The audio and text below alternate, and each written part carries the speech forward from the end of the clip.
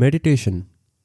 That is the one skill that I would recommend anyone who is an entrepreneur who is trying to become successful in life to practice at home. Hey guys, welcome back to Money is Blind podcast. You are listening to the ultimate show on the internet for blind and visually impaired persons to break the barrier, to learn entrepreneurial skills and become successful and happy in life. I'm your host Prason.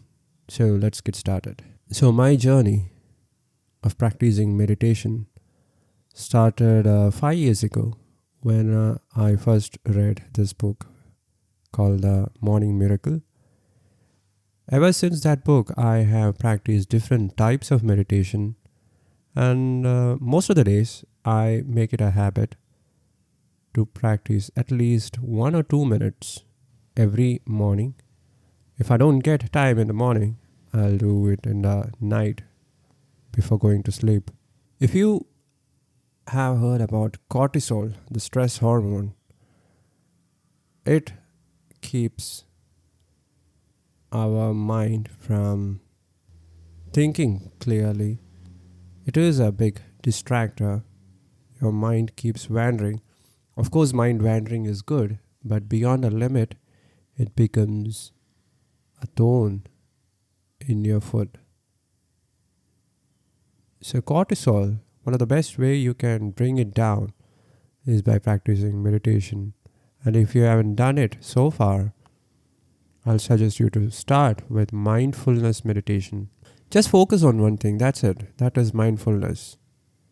Most of the guys focus on their breathing. So whatever you are doing, just be conscious about it.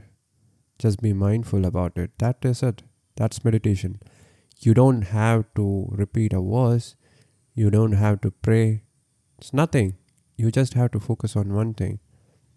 And when you're focusing on breathing, you just have to realize and be aware that you are breathing in through your nose and your lungs is filling up. And then you are breathing out through your nose again, and you're emptying your lungs. That's it. And this takes place within 1 or 2 seconds.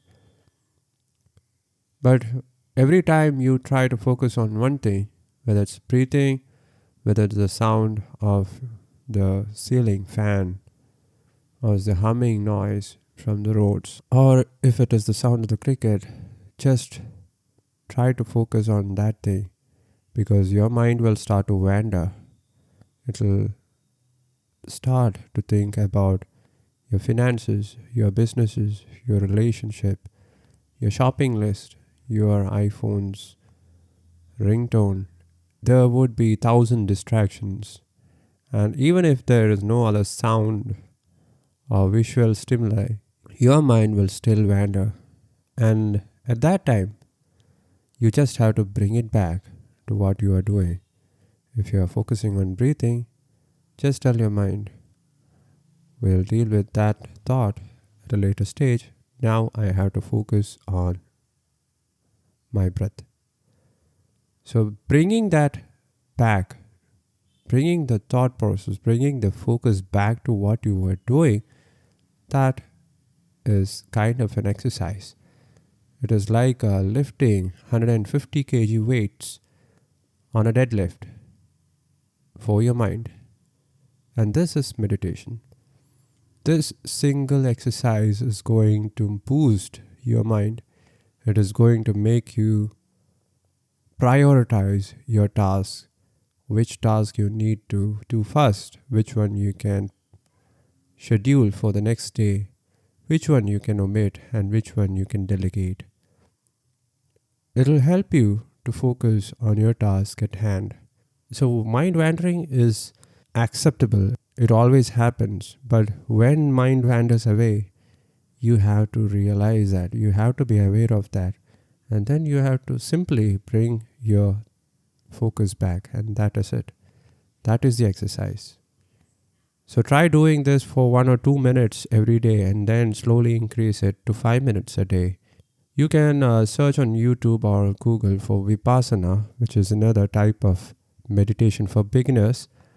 And once you're done Vipassana for 2-3 months, you can go to the advanced level of meditation. And this is called Transcendental Meditation. Or you can visit tm.org. This one is a very difficult form of meditation, and I just tried it for 1 or 2 days, but I was not able to complete it. I was not able to do it for more than 2 days because this thing requires time. 20 to 30 minutes of every day you have to set apart for TM. So I switched back to Vipassana and mindfulness meditation, and I'm just doing fine. And if you are thinking about science, I am a science guy. There is numerous, enough and more evidence to prove that meditation does makes changes in your brain. It's not just, mind is not a vacuum or a space in your head, it is your brain. So it does makes changes in your brain, even if you are an adult. We heard that most of the changes in the brain happens when you're growing up as a small kid. But no, neuroplasticity, that's what it is called. The brain's ability to change its shape, structure, volume, everything. It happens if you meditate. It can happen if you meditate, if you practice meditation every day. Amygdala is an area in the brain which is associated with stress and emotions, and its size decreases if you meditate. The smaller the size of your amygdala, the less stressed you are. The bigger the size of your amygdala, the more stressed you are, the more emotionally unstable you are. Just 6 weeks of meditation has shown to decrease the size of amygdala significantly. Its size decreases, its volume decreases. New neural connections are made in the brain when you practice meditation. Not just in amygdala, in hippocampus, in the prefrontal cortex, and many other areas in the brain have shown significant changes. And this has been studied by neuroscientists and many researchers using functional MRIs and many participants who were willing to participate in these kind of studies. So I'm not just bluffing here. Whatever I'm talking about, the effects, the positive effects and benefits of meditation, they are proven scientifically. And unlike exercises and following a strict diet and sticking to it and following some routines, this thing, practicing meditation, is really, really easy. You just need a quiet place, a quiet room, and you just need 5 minutes of your day. If you don't have 5 minutes, you can try to figure it out. Try to find that time and do it. Just do it for 1 week and you will start realizing how important this is. If you ask me, this meditation, it has immensely helped me in my entrepreneurial journey to think positively, to think clearly, to solve the problems, to keep my stress levels down. I learned how to manage my stress and to move forward. This single skill, if you do it disciplined, if you do it habitually, if you are disciplined, this is going to help you out the most. So on that note, I'm signing off. I'll talk to you guys on the other benefits of meditation in the coming episodes.